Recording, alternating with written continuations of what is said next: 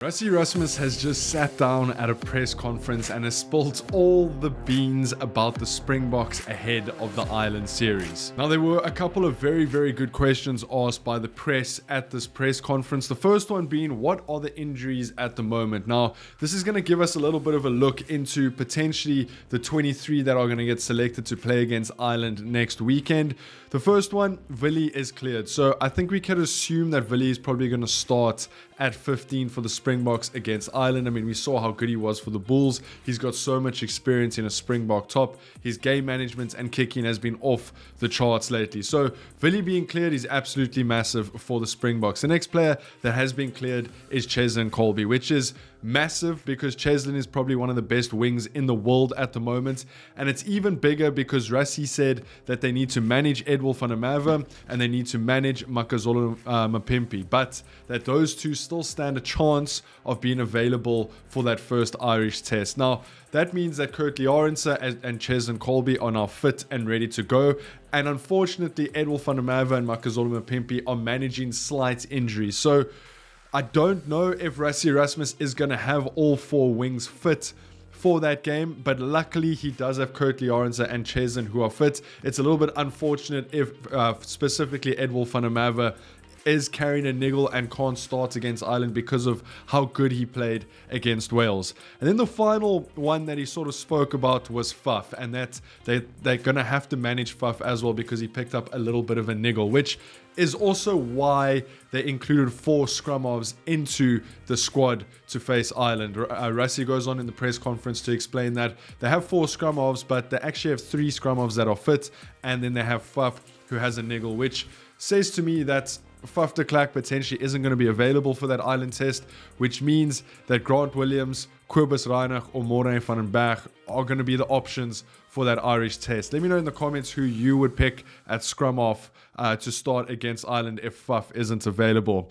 They then go on to ask questions to Rassie about the comments made by the Irish against Rassie and specifically Simon Zebo. So it's come out that Rassie Rasmus hates the Irish, and there's this whole stigma about the Springboks and Ireland and this massive rivalry that's going on. Rassie Rasmus explains it in a fact of that they don't want to look. The Springboks are the underdogs going into this game, but they never want to look at themselves as the underdogs. However, the stats say that the Springboks are underdogs. They haven't beaten Ireland since 2016. And after that comment by Simon Zebo, if you missed it, basically the press said that Simon Zebo said that Rassie hates Ireland. Simon Zebo, as Rassie Rasmus exposed now, messaged Rassie afterwards apologizing and said that the media kind of ran away with it and that's not exactly how he meant. Rassie Rasmus obviously knows Simon Zebo quite well and said that's just who he is. He's a jokester, and don't take those comments too personally, but also let's keep it there. Let's keep the intensity high so that we can spice up this clash between the Springboks and Ireland. Rassie's a very clever man. He knows that the more media attention that is around the Springboks versus Ireland, whether it's good media or bad media, is going to get people to watch the game, and that's exactly what we want as Springbok fans. Guys, if you're enjoying this content so far, then please make sure you absolutely mud that subscribe button. There's going to be so much content coming out around the Springboks in the back end of this year, and we want you guys to come along for the ride. The press conference then goes on to sort of speak about the new rules being implemented, the no scrums off a free kick, the DuPont law, and the shot clock. Rassie Rasmus seems pretty positive about all 3 of these rules. He said that for the scrum rule, which a couple of months ago we made a video about how potentially that changed because of Damian Willemse' scrum call in the Rugby World Cup. But Rassie isn't too bothered about it. He says that you just have to come up with a different game plan. Either you put up an up and under, you tap and go. If you're close to the line, maybe you have a special move like back in the old days. But he really doesn't seem to be too bothered about this new scrum rule. He says the Springboks are still going to be dominant when they scrum. We're still going to win penalties off of scrums. So it's not something that they're going to dwell too long on.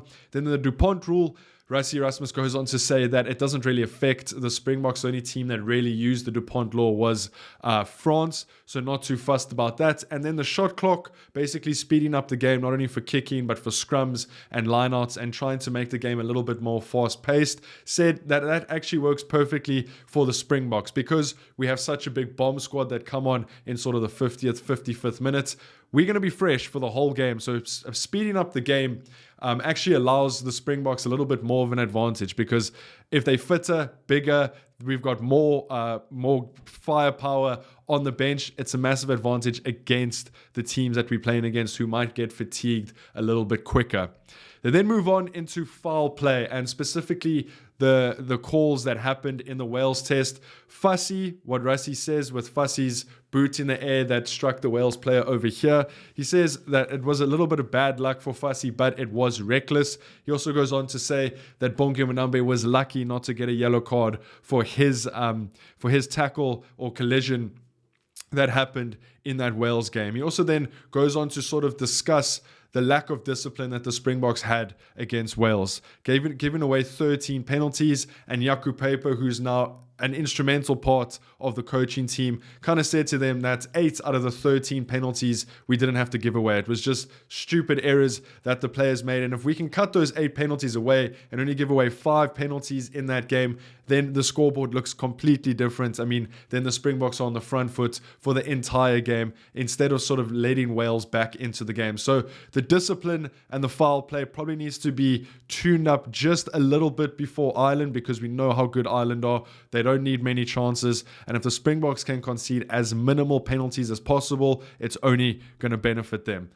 They then bring up the selection debate. Now, the squad that dropped yesterday for the Springboks, that 39-man squad, there's been a lot of debates on how can you leave out players like Sia Masuku and Volko Low and Ulrich Low and all of those guys, and how can some players be in the squad, like a Jan Hendrik Wessels is someone that's sort of been getting quite a lot of scrutiny behind the scenes. But Rassie Rasmus goes on to say that these players that have been selected haven't been selected on this season. Jan Hendrik Wessels has been in the system, the Springbok system, the under-18 Springboks, under-20 junior boks, for years and years and years. I think he said he's been in the system since 2013, whether that's under-13 rugby, under-14 rugby, but they've been tracking him for that long. He also goes on to say that Jan Hendrik Wessels isn't only a hooker, but can also play loose head. So he gives them that little bit of utility. So the big emphasis was that there's a lot of players that they've brought in years and years and years ago that they've been tracking, and they want to keep them in the system because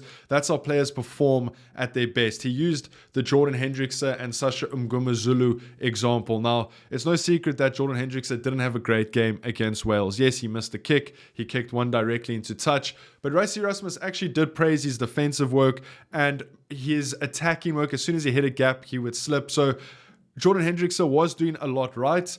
But the example Rassie used was that Sasha Feinberg Ngumazulu has been in the Springbok setup and system for years. And you can see the difference between a player who's been in the setup and a player that hasn't. Jordan Hendrickse hasn't, and when he got onto that big stage, he couldn't quite handle it. Where Sasha Feinberg Ngumazulu, who's been in the Springbok system for years and years and years, knows what's going on, knows the team talks, knows the warm-ups, knows everything about the system. You saw him step on and was like second nature. It looked like he belonged in that side, but that's only because he's been in the system for so many years.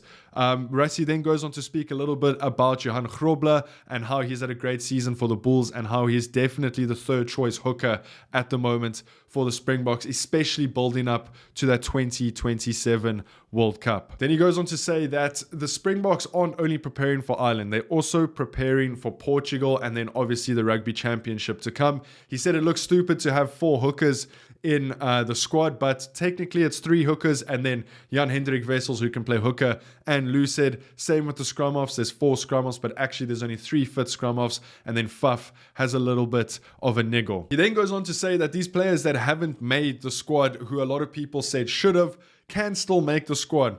He just wants to sort of get these new fringe players, these younger players into the system, working with the team for 2 to 4 weeks, which is why we saw Joseph Dweba in the Wales squad, just so that he can spend some time with the Springboks, which is why we see Jan Hendrik Wessels in the squad for Ireland, so he can spend 2 weeks with the Springboks.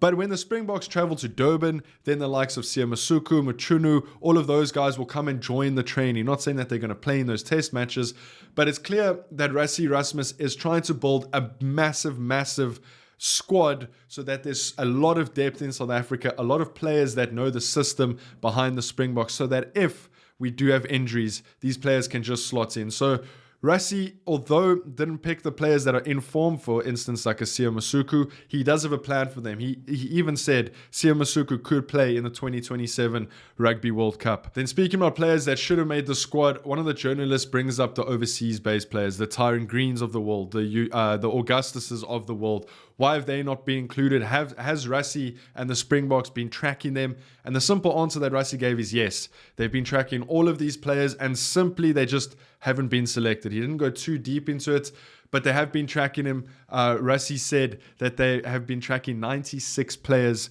across the world for this year's Springbok squad to take on Ireland, Wales, Portugal, the Rugby Championship. So they definitely are doing their due diligence. They just haven't selected those players. He then hops on Sia Masuku a little bit more, and how, yes, Sia Masuku's been in great form for the Sharks, but you have to look at who the Sharks are playing against. They're playing in the Challenge Cup. The Champions Cup is levels above the Challenge Cup, and he says Sia Masuku just needs a little bit more time in the Springbok framework just to get settled, and that he could potentially play against Portugal. He even said we could throw in a few fly-offs against that Portugal side. So Portugal definitely seems like the test match where Rassie, Rasmus and the Springboks are going to test a lot of things, and that as fans we shouldn't worry too much because Dr. Rassie is on it.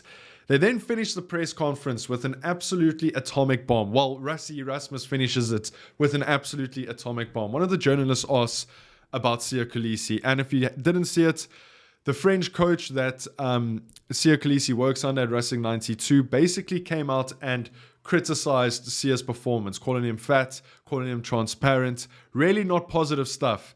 And Rassie ended the press conference by saying, Siya will be captain against Ireland. He will start in that number 6 jersey, and he isn't fat or transparent. So he backs up Siya. We know that Siya is going to start. We know that Siya is going to be captain of the Springboks against Ireland. A very, very good, insightful press conference that Rassie Erasmus gave. He gave us a lot more than I thought he was going to give, and he definitely spilt the beans on the Springboks. Let me know what you guys think about it. As always, make sure you move to that subscribe button, and I'll see you guys in the next one. Take it easy. Peace.